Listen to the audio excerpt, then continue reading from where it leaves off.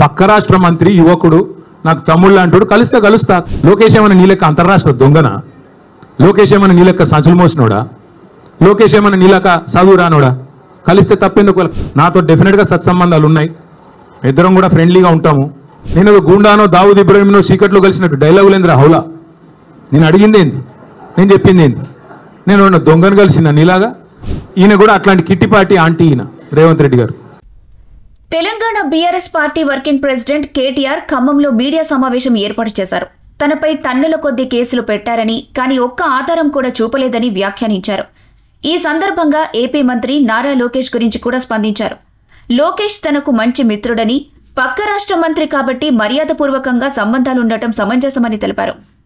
కేటీఆర్ ఈ మాటలు చెప్పడం ఇప్పుడు 2 తెలుగు రాష్ట్రాల రాజకీయాల్లో ప్రత్యేకంగా చర్చకు దారితీస్తుంది. ఇటీవల లోకేష్ తీసుకుంటున్న అభివృద్ధి చర్యలు, విద్యుత్ రీకనెక్ట్, డిజిటల్ ప్లాట్ఫామ్స్ ద్వారా యువతకు కొత్త దారులు చూపించడం, వీటన్నింటిపై రాజకీయ వర్గాలు ఇప్పటికే ప్రశంసలు కురిపిస్తున్నాయి. ఇక కేటీఆర్ వ్యాఖ్యల విషయానికొస్తే, 2 రోజులుగా తనపై వస్తున్న డ్రగ్స్, కార్ రేసింగ్ ఆరోపణల్ని తిప్పికొడుతూ రేవంత్ రెడ్డి ప్రభుత్వం విఫల పాలనను దాచేందుకు ఈ తరహా విమర్శలు చేస్తోందని అన్నారు. అయితే విశ్లేషకుల మాటల్లో లోకేష్ ని పక్క రాష్ట్రం మంత్రి అని కాకుండా మంచి మిత్రుడు అని కేటీఆర్ పేర్కొనటం ద్వారా 2 రాష్ట్రాల అభివృద్ధికి సహకరించే బీజేపీ, టీడీపీ పాలనకు సానుకూలత చూపినట్టే అవుతుందని అభిప్రాయం వ్యక్తమవుతుంది.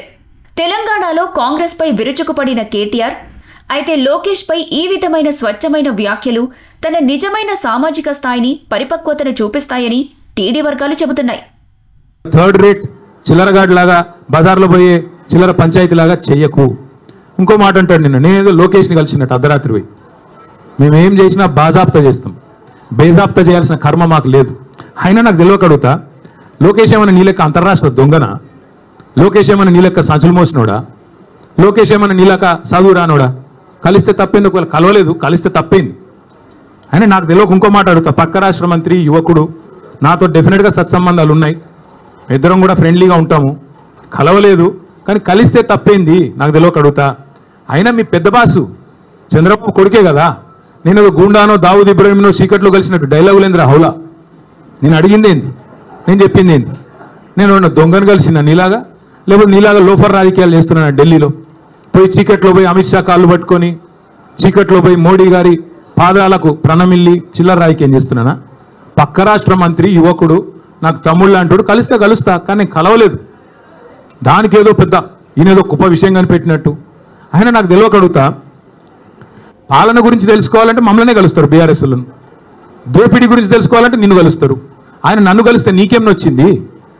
ఆయన నన్ను కలిసినా నీకేం బాధ అవుతుంది? నాకు అట్లా తెలియక అడుగుతా. నేనేమంటున్నా అంటే, ఈ గాసిప్స్ అడిక్షన్ కూడా, ఈ గాసిప్స్ ఏవైతే, ఈ వదంతులు, ఈ రూమర్స్ ఏవైతే ఉన్నాయో, వీటి అడిక్షన్ కూడా ఈ రేవంత్ రెడ్డికి పట్టుకున్నది. ఓ పిచ్చోడ్లాగా మాట్లాడుతూ ఉన్నాడు. ఆ జూబ్లీ ప్రాంతం ఉంటుంది హైదరాబాద్లో, అక్కడ కిట్టి పార్టీలు జరుగుతూ ఉంటాయి. మధ్యాహ్నం కొంతమంది బాగా డబ్బున్నోళ్ళు కిట్టి పార్టీలు చేసుకొని వీళ్ళ గురించి వాళ్ళ చెవులు కొరుక్కోవడం, వాళ్ళ గురించి వీళ్ళ చెవులు కొరుక్కోవడం, అది జరిగేది. ఈయన కూడా అట్లాంటి కిట్టి పార్టీ ఆంటీ ఈయన రేవంత్ రెడ్డి గారు. ఎక్కడో ఎవడో చెప్పింది అదే నిజం అనుకుని భ్రమించి, దాన్ని మళ్ళీ 10 మందిని పోగేసుకొని, మీడియాని పోగేసుకొని, చిట్ చాట్ల పేరిట చిల్లర మాటలు మాట్లాడే నికృష్టుడు రేవంత్ రెడ్డి. నేను అందుకే అంటా ఉన్నా, నువ్వేదో వాగేవు కదా నేను డ్రగ్స్ బిగ్స్ అని. దమ్ముంటే మగాడివైతే బయటికి వచ్చి పత్రికల్లో మాట్లాడు, నువ్వే ముఖ్యమంత్రి, నువ్వే హోంమంత్రి, ఏం ఆధారం ఉందో పెట్టు. అందుకే పెద్దలు చెప్తారు, పంది ఎంత బలిసినా నంది కాదు. నువ్వు ముఖ్యమంత్రి కావచ్చు, ఇంకో 3 ఏళ్ళు ఉండొచ్చు, మురిపంగా డబ్బుల మూటలు దోచుకుంటూ ఉండొచ్చు, కానీ ఎన్నటికీ నీ బతుకు ఒక పెండ పురుగులోని పురుగు బతికే తప్ప నీది ఎన్నటికైనా కూడా కేసీఆర్ స్థాయి కానీ, ఆ ముఖ్యమంత్రి పదవికి ఉండే ఒక గౌరవాన్ని కానీ. గతంలో మహామహులు పదవిని అధిష్ఠించారు. ఓ విజయభాస్కర్ రెడ్డి గారు, ఓ ఎన్టీ రామారావు గారు, ఒక రాజశేఖర రెడ్డి గారు, ఓ చంద్రబాబు నాయుడు గారు, ఓ కేసీఆర్ గారు. వాళ్ళు ఆ పదవికి ఎక్కిన తర్వాత ఎంత హుందాగా వ్యవహారం చేశారు. ఒక రోషయ్య గారు ఎంత హుందాగా వ్యవహరించారు, మీరెంత నికృష్టంగా వ్యవహరిస్తున్నారు. ఇది రాష్ట్రమే కాదు, దేశం మొత్తం గమనిస్తూ ఉంది. రాష్ట్రంలోని యువతకి నా విజ్ఞప్తి, మత్తు పదార్థాలకి, డ్రగ్స్కి దూరంగా ఉండండి.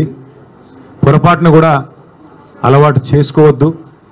పొరపాటును కూడా అవి అలవాటు చేసుకుంటే జీవితాలు నాశనం అవుతాయి. నేను జీవితంలో ఎన్నడూ సిగరెట్ కూడా తాగని వ్యక్తిని. అట్లాగే మరి మీరందరూ కూడా తప్పకుండా డ్రగ్స్కి మత్తు పదార్థాలకి దూరంగా ఉండాలని కోరుతా.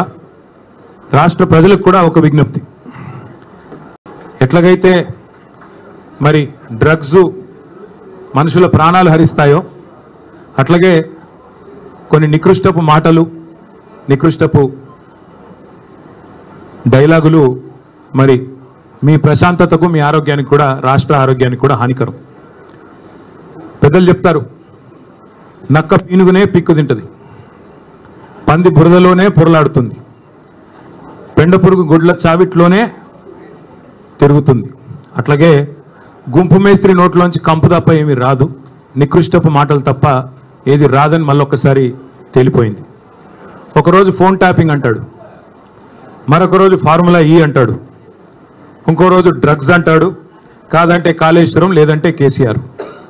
20 నెలల్లో ఈ నికృష్టుడి బతుకు, ఈ రాష్ట్ర ముఖ్యమంత్రిగా ఉన్న నికృష్టుడి బతుకు కేసీఆర్ జపం చేయడం, డైవర్షన్ టాక్టిక్స్ తప్ప, హెడ్లైన్ మేనేజ్మెంట్, డెడ్లైన్ మేనేజ్మెంట్ తప్ప చేసిందేంది? ఇప్పటి వరకు ఈ రాష్ట్రంలో ఏ వర్గానికి నువ్వు చేసిందేంది నేను అడుగుతాను. థర్డ్ రేట్ చిల్లరగాడిలాగా, బజార్లో పోయే చిల్లర పంచాయతీలాగా చెయ్యకు. ఇంకో మాట అంటాడు, నేనేదో లోకేష్ని కలిసినట్టు అర్ధరాత్రి పోయి, మేమేం చేసినా బాజాప్తా చేస్తాం, బేజాప్తా చేయాల్సిన కర్మ మాకు లేదు. అయినా నాకు తెలియక అడుగుతా, లోకేష్ ఏమైనా నీ లెక్క అంతర్రాష్ట్ర దొంగనా? లోకేష్ ఏమైనా నీ లెక్క సంచులు మోసినోడా? లోకేష్ ఏమైనా నీ లెక్క చదువు రానోడా? కలిస్తే తప్పేంది, ఒకవేళ కలవలేదు కలిస్తే తప్పేంది. అయినా నాకు తెలియక ఇంకో మాట అడుగుతా, పక్క రాష్ట్ర మంత్రి, యువకుడు, నాతో డెఫినెట్గా సత్సంబంధాలు ఉన్నాయి, ఇద్దరం కూడా ఫ్రెండ్లీగా ఉంటాము, కలవలేదు కానీ కలిస్తే తప్పేంది నాకు తెలియక అడుగుతా. అయినా మీ పెద్ద బాసు చంద్రబాబు కొడుకే కదా, నేను ఏదో గూండానో, దావుద్ ఇబ్రాహింనో చీకట్లో కలిసినట్టు డైలాగులేంద్రా హౌలా? నేను అడిగింది ఏంది, నేను చెప్పింది ఏంది? నేను దొంగను కలిసిన నీలాగా, లేకపోతే నీలాగా లోఫర్ రాజకీయాలు చేస్తున్నాను ఢిల్లీలో పోయి, చీకట్లో పోయి అమిత్ షా కాళ్ళు పట్టుకొని, చీకట్లో పోయి మోడీ గారి పాదాలకు ప్రణమిల్లి చిల్లర రాజకీయం చేస్తున్నానా? పక్క రాష్ట్ర మంత్రి, యువకుడు, నాకు తమ్ముళ్ళు అంటాడు, కలిస్తే కలుస్తా కానీ నేను కలవలేదు. దానికి ఏదో పెద్ద ఈయనేదో గొప్ప విషయం కనిపెట్టినట్టు. ఆయన నాకు తెలియక అడుగుతా, పాలన గురించి తెలుసుకోవాలంటే మమ్మల్నే కలుస్తారు బీఆర్ఎస్లను, దోపిడీ గురించి తెలుసుకోవాలంటే నిన్ను కలుస్తారు. ఆయన నన్ను కలిస్తే నీకేం నొచ్చింది? ఆయన నన్ను కలిసినా నీకేం బాధ అవుతుంది? నాకు అట్లా తెలియక అడుగుతా. నేనేమంటున్నా అంటే, ఈ గాసిప్స్ అడిక్షన్ కూడా, ఈ గాసిప్స్ ఏవైతే, ఈ వదంతులు, ఈ రూమర్స్ ఏవైతే ఉన్నాయో వీటి అడిక్షన్ కూడా ఈ రేవంత్ రెడ్డికి పట్టుకున్నది. ఓ పిచ్చోడ్లాగా మాట్లాడుతూ ఉన్నాడు. ఆ జూబ్లీ ప్రాంతం ఉంటుంది హైదరాబాద్లో, అక్కడ కిట్టి పార్టీలు జరుగుతూ ఉంటాయి. మధ్యాహ్నం కొంతమంది బాగా డబ్బున్నోళ్ళు కిట్టి పార్టీలు చేసుకొని వీళ్ళ గురించి వాళ్ళ చెవులు కొరుక్కోవడం, వాళ్ళ గురించి వీళ్ళ చెవులు కొరుక్కోవడం, అది జరిగేది. ఈయన కూడా అట్లాంటి కిట్టి పార్టీ ఆంటీ ఈయన రేవంత్ రెడ్డి గారు.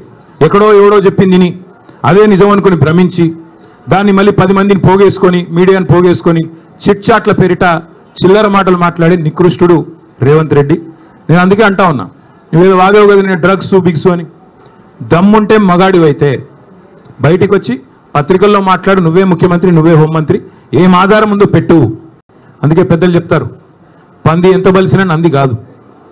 నువ్వు ముఖ్యమంత్రి కావచ్చు, ఇంకో 3 ఏళ్ళు ఉండొచ్చు, మురిపంగా డబ్బుల మూటలు దోచుకుంటూ ఉండొచ్చు, కానీ ఎన్నటికీ నీ బతుకు ఒక పెండ పురుగులోని పురుగు బతికే తప్ప నీది ఎన్నటికైనా కూడా కేసీఆర్ స్థాయి కానీ, ఆ ముఖ్యమంత్రి పదవికి ఉండే ఒక గౌరవాన్ని కానీ. గతంలో మహామహులు పదవిని అధిష్ఠించారు.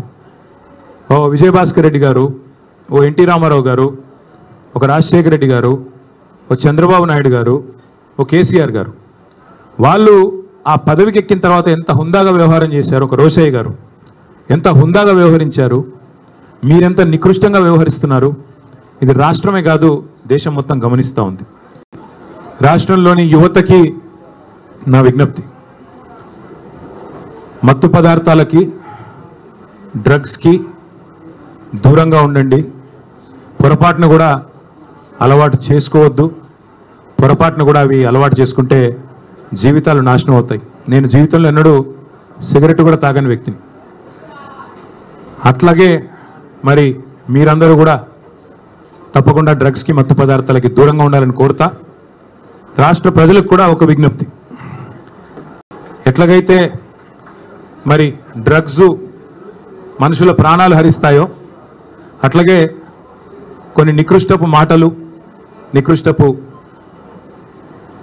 డైలాగులు మరి మీ ప్రశాంతతకు, మీ ఆరోగ్యానికి కూడా, రాష్ట్ర ఆరోగ్యానికి కూడా హానికరం.